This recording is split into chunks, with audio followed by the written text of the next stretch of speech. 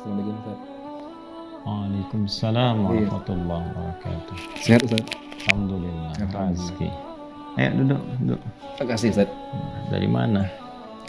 Dari biasa Ustaz, pekerjaan. Kerja. Betul. Banyak kerja terus. Iya, Ustaz. Udah sholat belum? Alhamdulillah sudah Ustaz. Yang paling penting keseimbangan antara spiritual, intelektual dengan fisikal. Kerja itu masalah fisik, ya. Jadi kebutuhan fisikal. Cari kerja dengan cara yang halal, dapat sesuatu, dikonsumsi, bisa makan, tubuh sehat, sehingga tubuh kita bisa bergerak dengan baik. Itu yang dimaksud Quran surah kedua ayat 168 itu. Ya ayyuhan nasu kulu mimma fil ardi halalan thayyiban. Semua manusia silakan bekerja, beraktivitas, menyebar, berkelana, merantau, ya, untuk mencari sesuatu, sesuap nasi dengan cara yang halal. Dari yang halal hasilnya dikonsumsi mendapatkan yang baik untuk tubuh. Nah, lalu dari situ tingkatkan intelektual, banyak baca, kan? Banyak belajar supaya fisiknya itu lebih mudah dalam beraktivitas. Karena ilmu mengendalikan fisik kita sehingga tidak terlampau lelah. Ya, dengan ilmu kan kalau saya bicara kencang-kencang capek kan, tanpa ilmu kan, tapi dengan ilmu kan ada sekarang media, ya, ada metodologi yang memudahkan. Dulu orang adzan nggak pakai mic kencang kan, suara bisa cepat habis. Pakai ilmu, pakai mic, jadi mendayu-dayu sekarang ya, tapi tetap kencang kan. Nah, lebih daripada itu ini iman, ya, spiritual, karena itu tempatnya segala ketenangan. Jadi kalau nggak diisi sama fisik, nggak makan, lelah. Ilmu nggak makan, nggak banyak baca, nggak belajar, nah, sama beberapa sel otak kita juga akan lelah dan mati. Dan nanti ya dampaknya kepada fisik juga sangat berbahaya. Ya. Kemudian kalau spiritual nggak dapat makanan juga lelah, gelisah, ya kan? Banyak orang karena gelisah itu berbuat yang tidak pantas, bahkan ada yang berusaha mengakhiri hidup dan sebagainya. Nah, jadi yang paling utama itu ini spiritual, karena kalau ilmu menggerakkan fisik, kalau spiritual menggerakkan akal dan kemudian dampaknya ke fisik. Ya, jadi diperintahnya dari sini dulu nih. Jadi kalau spiritualnya benar, hatinya benar, ya, isinya semua baik, maka pikiran akan baik dan seluruh kegiatan kita pun akan baik. Ya. Jadi ada apa ini? Biasa Ustaz, Roski kan suka lihat yang viral-viral Ustaz. Apa namanya, sepekan ini Ustaz viral banget soal Jazirah Arab yang menghijau Ustaz. Dan banyak disebut sebagai tanda kiamat begitu Ustaz. Nah itu jadi sedikit menjadi kekhawatiran harus pribadi gitu Ustaz. Betul Ustaz. Terus gimana menurut Rizky? Ya, jadi gimana saja? Jadi agak was-was gitu Ustaz lihatnya. Sudah, apakah memang sebentar lagi atau gimana Ustaz? Begitu Ustaz. Jadi viral itu kan ada dua, ya, kualifikasinya. Yang pertama, viral pada hal-hal yang baik.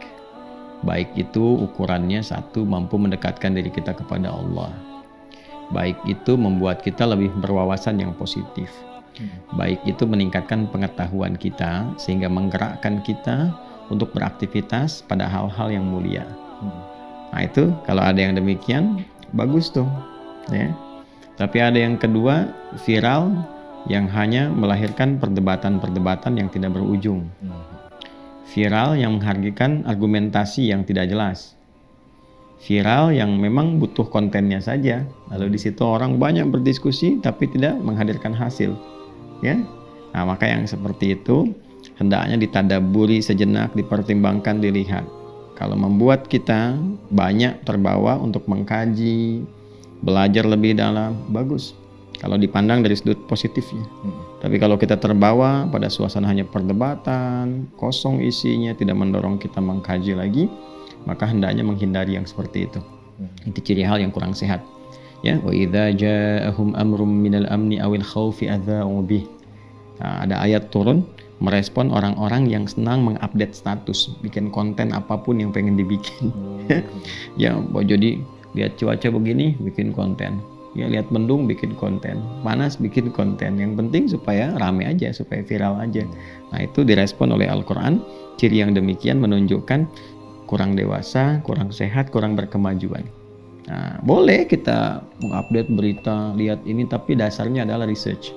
Ya, riset, lihat manfaatnya apa.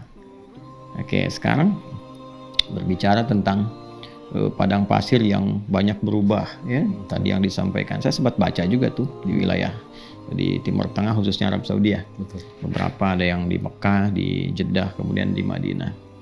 Baik, kita timbang dulu dong dengan dua pendekatan deh.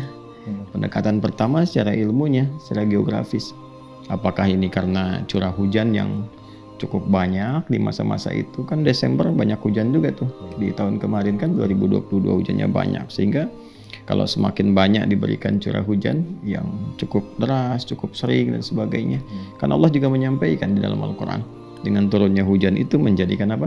Tanah menjadi gembur, subur kembali, tumbuhan bisa tumbuh. Bahkan saat membuka keagungan Allah itu untuk memperkenalkan pada hamba supaya sadar akan kekuasaan Allah itu dan kembali menyembah Allah, di ayat ke-22 surah Al-Baqarah kan disampaikan juga tentang bagian-bagian ini. Alladzi ja'ala lakumul arda firasyan was samaa'a binaa'a wa anzala minas samaa'i maa'an fa akhraja bihi minats thamarati rizqan lakum. Dan di antara kuasa Allah menjadikan apa salah satunya? Ya, bumi sebagai hamparan, langit sebagai atap tanpa tiang, kemudian dengan desain yang sangat indah dan ilmiah bisa dikaji gitu kan. Kemudian diturunkan dari proses kimiawi, diserap dari air-air yang ada di bumi itu terserap ke atas kan, jadi uap di awan-awan turun hujan. Apa fungsi hujan? Ya, menggemburkan tanah kembali sehingga dengan itu menghasilkan tanam-tanaman, tumbuhan bahkan yang berbuah sehingga rezekinya bisa dinikmati oleh kita semua. Artinya coba dilihat dulu apakah ini bagian dari fenomena alam yang biasa terjadi. Siklusnya kalau curah hujan banyak gitu kan, terus menghijau. Nanti kalau sudah hujannya berhenti, terus musim panas lagi, balik lagi deh kering lagi. Ya. Nah, ini secara geografis dipahami dulu. Nanti baru kita lihat kepada hadis-hadis Nabi Sallallahu Alaihi Wasallam ataupun isyarat dari ayat-ayat Al-Quran yang menunjukkan kepada kita misalnya tentang tanda-tanda apakah menjelang kiamatkah, apakah tanda itu tanda yang hanya meminta kita untuk sadar akan kekuatan Allah, keesaan Allah, meminta kita untuk kembali menyembahnya, ya kan? Nah, terkait dengan pertanyaan spesifik tadi sebetulnya gini, diskusi tentang tanda-tanda kiamat ini ya dari sejak era Nabi itu sudah banyak. Itu yang penting disadari dulu ya. Di sejak era Nabi itu motifnya banyak. Ada yang pengen memang bertanya, ingin tahu untuk mempersiapkan diri. Ada yang kedua hanya mengolok-olok Nabi saja. Yang ketiga ada yang menantang, ya kan? Nah, sedangkan yang penting kita sadari bahwa sebetulnya dengan diutus Nabi Sallallahu Alaihi Wasallam ini sudah pertanda bahwa satu, beliau itu kan penutup Nabi, khataman nabiyyin, penutup para nabi di akhir kan. Kalau sudah penutup nggak ada nabi lagi kan? Kalau sudah nggak ada nabi lagi berarti nabi terakhir kan? Nabi terakhir konsekuensinya untuk umat terakhir kan? Ya, berarti setelah umat ini nggak ada lagi umat yang lain ya? Artinya apa? Beliau itu sudah nabi akhir zaman. Ya kan? Iya, karena nabi terakhir untuk akhir umat. Kalau umatnya selesai, ya selesai kehidupan. Jadi dengan datangnya Nabi Sallallahu Alaihi Wasallam ini artinya sudah pembuka kebagian di akhir zaman. Karena itulah ketika turun surah Al-Qamar, surah ke-54 dibukanya dengan apa firman Allah? Yaqtarabatis sa'atu wansyaqqal qamar. Ya kan? Waktu menjelang akhir kehidupan itu kiamat semakin mendekat dengan terbelahnya bulan. Bukankah di antara mukjizat Rasulullah SAW membelah bulan kan? Ya kan? Nah, ini artinya era akhir zaman itu dibagi 3 bagian. Pembuka menuju akhir zaman dengan diutusnya Nabi Sallallahu Alaihi Wasallam. Nah, nanti tugas Nabi ini adalah memberikan bimbingan kepada kita tentang detail menjalani kehidupan. Kurikulumnya Allah yang siapkan, ya. Lewat apa? Lewat wahyu Al-Quran. Makanya Quran disebut hudan, kurikulum kehidupan, pedoman kehidupan. Syahrul Ramadan alladzi unzila fihi al-Quran hudan linnas. Quran surah kedua ayat 185. Di bulan Ramadan Al-Quran diturunkan, fungsinya apa? Sebagai pedoman, kurikulum hidup untuk semua manusia.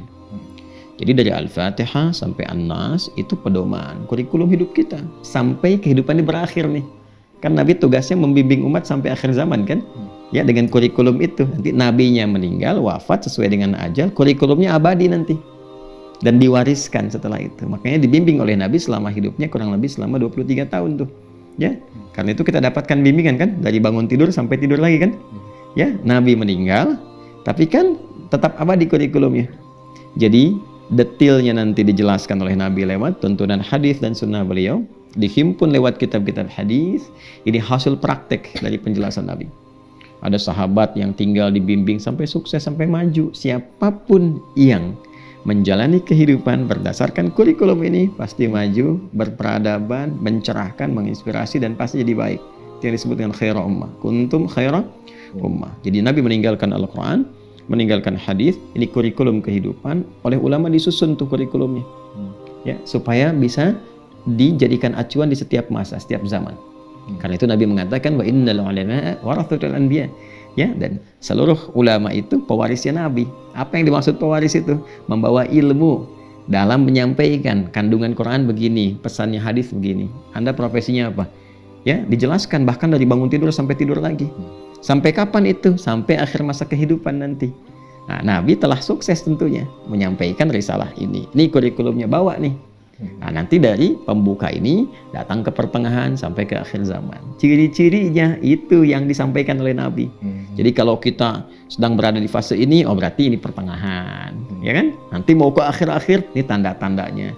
Semakin mendekat kiamat yang dahsyat, yang besar, tandanya semakin besar, ya kan? Nah, jadi pertanyaan seputar ini sudah banyak dibahas. Apa diantaranya misalnya? Yuk kita kaji dulu dari ayat Qurannya ya. Kan banyak sekali ayat-ayat yang mendorong kepada kita untuk berpikir, untuk menyiapkan diri. Jadi jangan fokus kepada ini waktunya begini, waktunya begitu, amalnya apa. Nanti yang saya kisahkan tadi, misalnya Quran surah ke-33 Al-Ahzab ayat ke-63. Yas'alukan nasu 'anis sa'ah. Banyak orang-orang ya Muhammad sallallahu alaihi wasallam bertanya kepadamu tentang kapan waktunya terjadi kiamat itu. Ya kan? Nah, di sini banyak tafsir menjelaskan bahwa ada yang mencoba mengolok-olok saja. Ada yang mencoba untuk ya mencari pengetahuan, untuk bertanya gitu kan, untuk menyiapkan diri. Tapi kebanyakan pada masa itu pertanyaannya datang dari orang-orang ingkar, untuk mengolok-olok atau menantang, ya.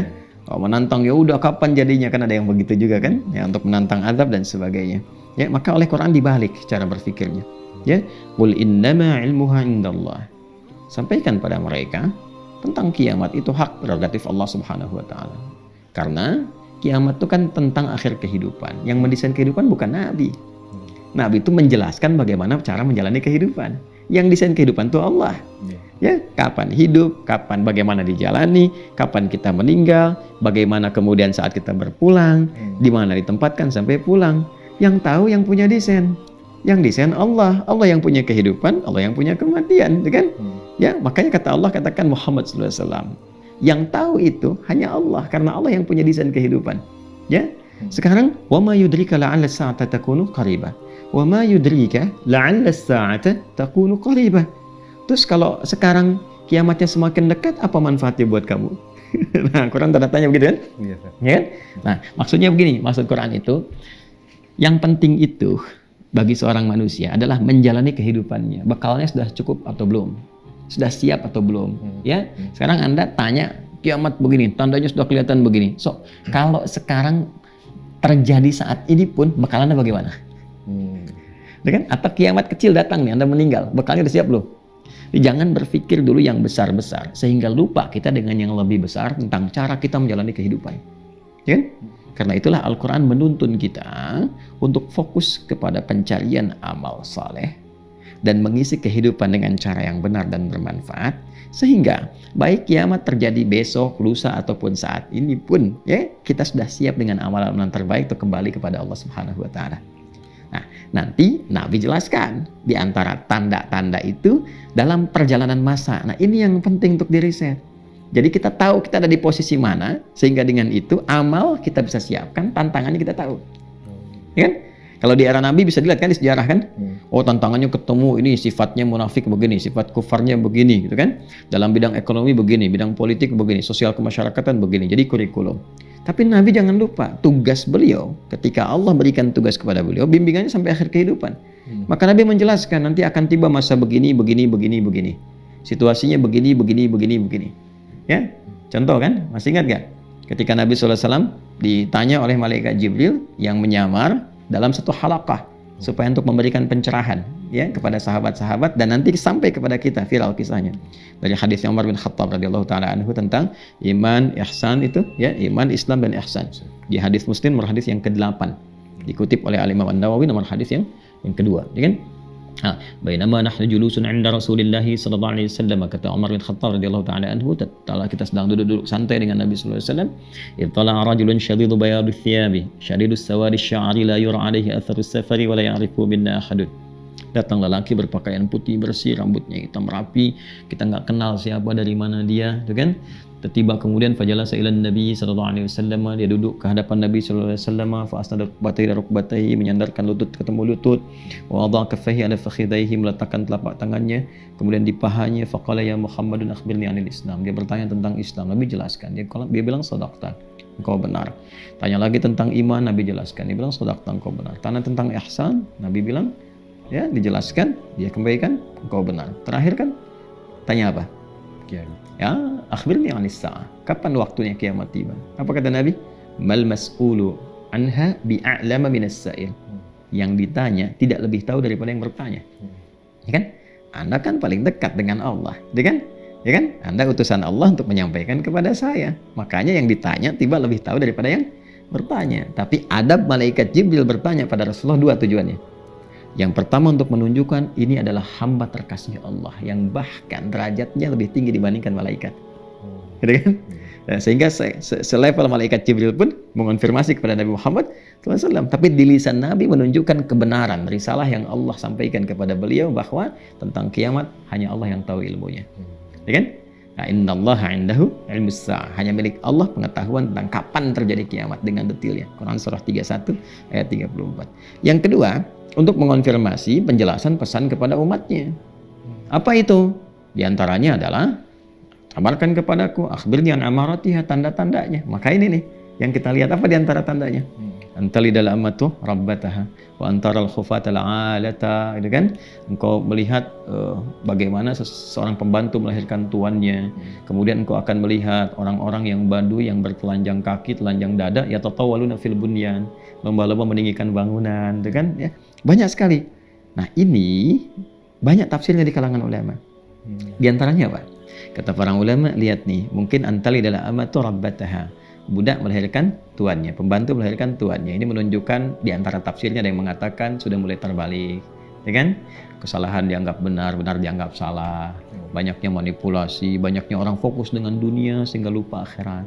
Kalau sudah banyak fokus dunia, maka sudah otomatis lupa akhirat, maksiat makin banyak. Maka di hadis lain ada apa lagi? Misal kita ambil satu hadis lagi, misalnya la taqumus sa'atu, kiamat itu ke fase yang terbesar itu belum terjadi kecuali melewati fase-fase ini yang pertengahan-pertengahan. Apa itu? Ya, apabila terjadi taqarrubul aswaq, pasar sudah mudah diakses. Udah merasa belum? Dulu berangkat pakai ojek angkot, sekarang klik handphone datang. Ya kan? Kemudian apa?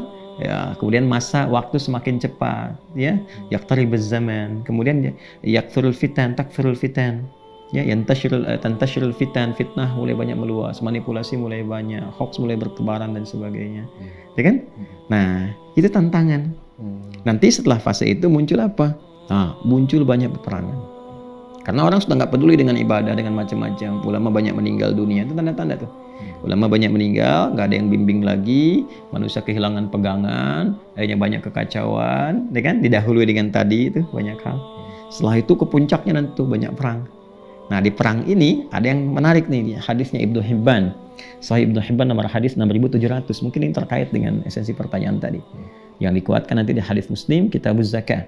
Ya, ada bab yakni kullu naw'in minal ma'ruf sadaqah. Ada hadis Nabi sallallahu alaihi wasallam di Ibnu Hibban riwayat sahabat Abu Hurairah radhiyallahu taala anhu, la taqumus sa'atu, kiamat itu tidak akan sampai terjadi, maksudnya ke level besarnya sebelum melewati tanda berikut ini. Ya, hatta yakthura al-haraj. Al-qatl, banyak peperangan terjadi, sehingga dengan perang itu, kata Imam Nawawi dalam tafsirnya, terjadilah kemudian sesuatu yang sangat luar biasa, fokusnya sudah nggak ke perawatan lagi. Ya, sehingga banyak korban, ya, perempuan kehilangan suami dan sebagainya, sehingga tidak ada waktu untuk merawat lagi tanaman dan sebagainya, sehingga alam Dengan begitu saja curah hujan turun, tumbuh ini jadi yang di apa namanya wilayah bumi Arab itu hatta ta'uda ardul arabi murujan wa anhara. Tuh, hadisnya begitu. Sampai nanti di hampir semua lapisan di Arab itu saking banyaknya peperangan dan sebagainya ini sudah abai sehingga kembali menghijau, ya. Hijau, banyak sungai-sungai lagi dan sebagainya lagi gitu kan, dan seterusnya lagi karena konsentrasinya banyak kepada aspek-aspek yang lainnya. Nah, ada juga yang mengartikan bahwa ya mungkin memang banyak peperangan, tapi perangkat dari itu berkembang dengan bangunan, berkembang teknologi, banyak rekayasa. Sehingga di Arab pun dibikin banyak bangunan, dibikin desain-desain kembali padang pasir disulap jadi tumbuh seperti ya, kebun lagi, ada sungainya, ada macam-macamnya. Tapi saat yang bersamaan hasrat manusia banyak pengen perang. Koalisi ini, koalisi itu, hancurkan ini, hancurkan itu, sehingga korbannya banyak. Ya, mohon maaf, istri banyak kehilangan suami-suaminya. Saat yang bersamaan teknologi berkembang, rekayasa genetika banyak, dan seterusnya banyak. Nah, maka itu akan mengantarkan nanti kepada fase yang akhir. Ini fase pertengahan. Kita berada di mana? Manipulasi ada nggak sekarang? Zina marak nggak? Marak, Ustaz. Gitu kan? Kemudian kebohongan, bertebaran macam-macam. Akses sekarang mudah diakses. Sangat mudah. Ya, peperangan gimana? Iya, Ustaz. 1, 2, 3, 4 gitu kan. Nah, artinya kan belum ke tanda-tanda besar dan tidak harus kita fokus tanda besar kapan tidak. Kita ada di era itu artinya tantangan maksiatnya tinggi. Di titik itulah sesungguhnya pertanyaan terbesarnya bagaimana menjaga diri dari maksiat, nahi mungkar sehingga dengan itu terjaga di setiap suasana, terjaga di setiap waktu. Jadi akan tiba satu masa ketika nahi mungkar itu lebih bernilai, lebih di atas nilainya dibandingkan amar ma'ruf. Kan? Sholat iya, tapi nanti juga bisa dilihat sholat iya, zina iya, sholat iya, mabuk iya. Kan? Berarti kualitas sholatnya kan jelek kan, bukan sholatnya yang salah, kualitas sholatnya yang tidak bagus. Jadi saat yang bersamaan, yuk kita lihat tantangannya semakin beragam, tapi pahalanya juga makin banyak. Jadi bukan hanya sholat yang berpahala, baca Quran berpahala, memalingkan pandangan dari yang buruk berpahala. Ya kan? Ada ajakan untuk provokasi bikin hoax kita tahan berpahala. Kata-kata yang buruk ditahan berpahala. Jadi sekali lagi jangan fokus kepada sesuatu hanya dengan melihat viral diskusi, tidak. Belajar, cari argumentasi, amati, riset hasilnya apa yang meningkatkan intelektualitas kita, apa yang menguatkan keimanan kita, dan dengan ilmu dan iman itu kita mencari bekal terbaik untuk pulang kepada Allah. Ya. Jadi kira-kira gimana padang pasir yang jadi hijau itu? Sudah jadi tanda kiamat belum? Wallahualam. Mungkin. Jadi kita tetap lebih fokus ke bekal ya, bekal akhirat Ustaz. Ya, jadi gini, tidak ada masalah, ada kekhawatiran karena itu bagian biasa dalam hidup manusia. Tapi khawatir itu diarahkan kepada peningkatan pada ketakwaan, ya kan? Jadi khasyah, khauf, nah, itu selalu bersanding dengan raja nanti. Harapannya menjadi lebih takwa, lebih baik, lebih dekat dengan Allah. Dibawanya ke situ. Tapi jangan langsung simpulkan besok kiamat gini sehingga dunia ditinggalkan, nggak ada yang kerja, nggak ada yang gini. Ya habis tugas kita sebagai khalifah di bumi, ya kan? Nah, jangan seperti itu juga, ya. Jadi tetap rasional, tetap lihat dengan baik, tetap lihat tandanya, tetap bahagia, ya kan? Nah, lebih baik baca buku tuh bahagia dalam naungan Al-Quran dan Sunnah. Ya, gitu ya, saya kira ya. Jadi jangan terlalu ya fokus berlebihan, dilihat, belajar ilmu geografinya, astronominya, kemudian setelah itu research, lihat hadisnya lagi, dan dari situ belajar mendekati pada kebaikan, meningkatkan ketakwaan, dan terus bertakarub kepada Allah. Ya, syukur jazakallah khair ya. Syukur jazakallah khair. Terima kasih Ustaz. Ayo, makasih banyak. Assalamualaikum warahmatullahi wabarakatuh. Allahumma shalli ala sayyidina